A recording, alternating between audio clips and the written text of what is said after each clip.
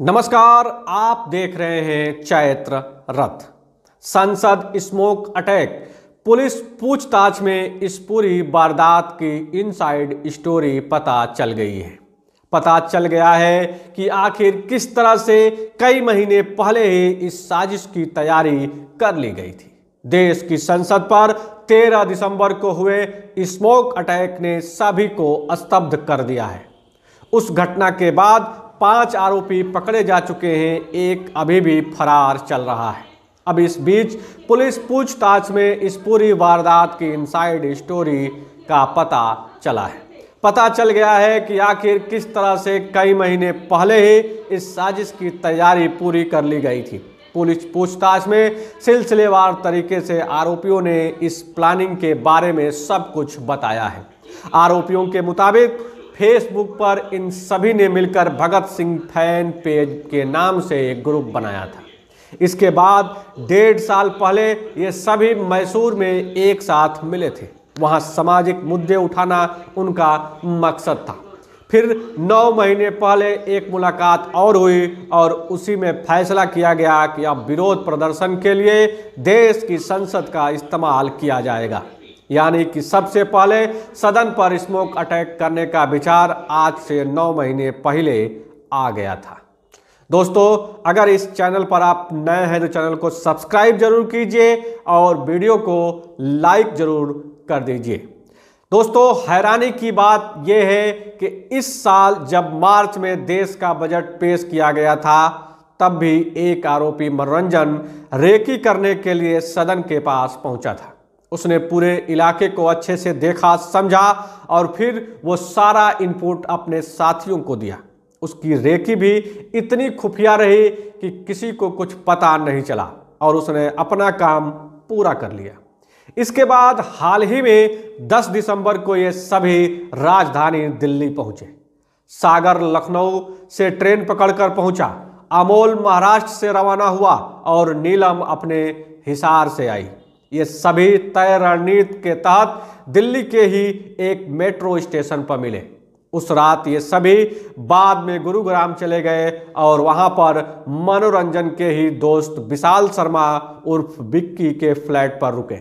देर रात ललित भी ट्रेन से पहुंच गया और 11 की सुबह फ्लाइट से मनोरंजन भी दिल्ली आ गया।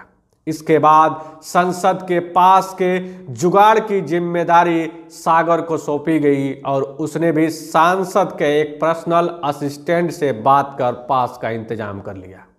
इसके बाद सागर ही दिल्ली के सदर बाजार गया। वहां से भारत के 2 झंडे लिए और फिर इंडिया गेट के लिए रवाना हो गया। वहां पर उसकी मुलाकात अपने ग्रुप से हुई और आगे की रणनीति पर काम शुरू हुआ। बताया जा रहा है कि इंडिया गेट पर ही इन सभी ने फिर आधे घंटे की एक मीटिंग की और फैसला हुआ कि संसद के अंदर सागर और मनोरंजन जाएंगे। वहीं पर प्रदर्शन करने का जिम्मा नीलम पर रहेगा।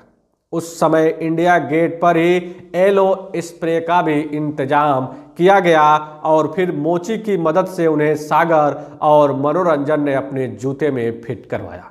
बड़ी बात यह रही कि इन आरोपियों के पास एलो स्प्रे के अलावा कुछ पर्चे भी थे जिन्हें वो संसद में ही फेंकने वाले थे, लेकिन वारदात वाले दिन वो ये पर्चे फेंक पाते उससे पहले ही सुरक्षा कर्मियों ने उन्हें पकड़ लिया।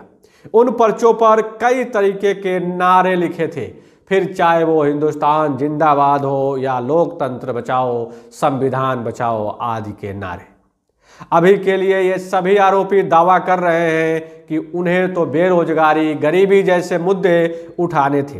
वे चाहते थे कि सरकार इन मुद्दों पर कुछ करे। इसी वजह से इस तरीके के प्रदर्शन को अंजाम दिया गया। लेकिन पुलिस को ये बड़ी साजिश का हिस्सा लग रहा है। कोर्ट ने भी गंभीरता को समझते हुए सभी आरोपियों की 7 दिन की रिमांड दे दी है। इन आरोपियों ने तय किया था कि बाजार से अपने शरीर में आग से नुकसान न होने वाला जेल लगाकर अंदर जाएंगे और संसद में अपने शरीर के अंदर आग लगाएंगे और जेल लगा होने के कारण उनके शरीर में किसी प्रकार का कोई नुकसान नहीं होगा। लेकिन जेल न मिलने के कारण इन्होंने ऐसा नहीं किया और केवल स्मोक का प्रयोग किया।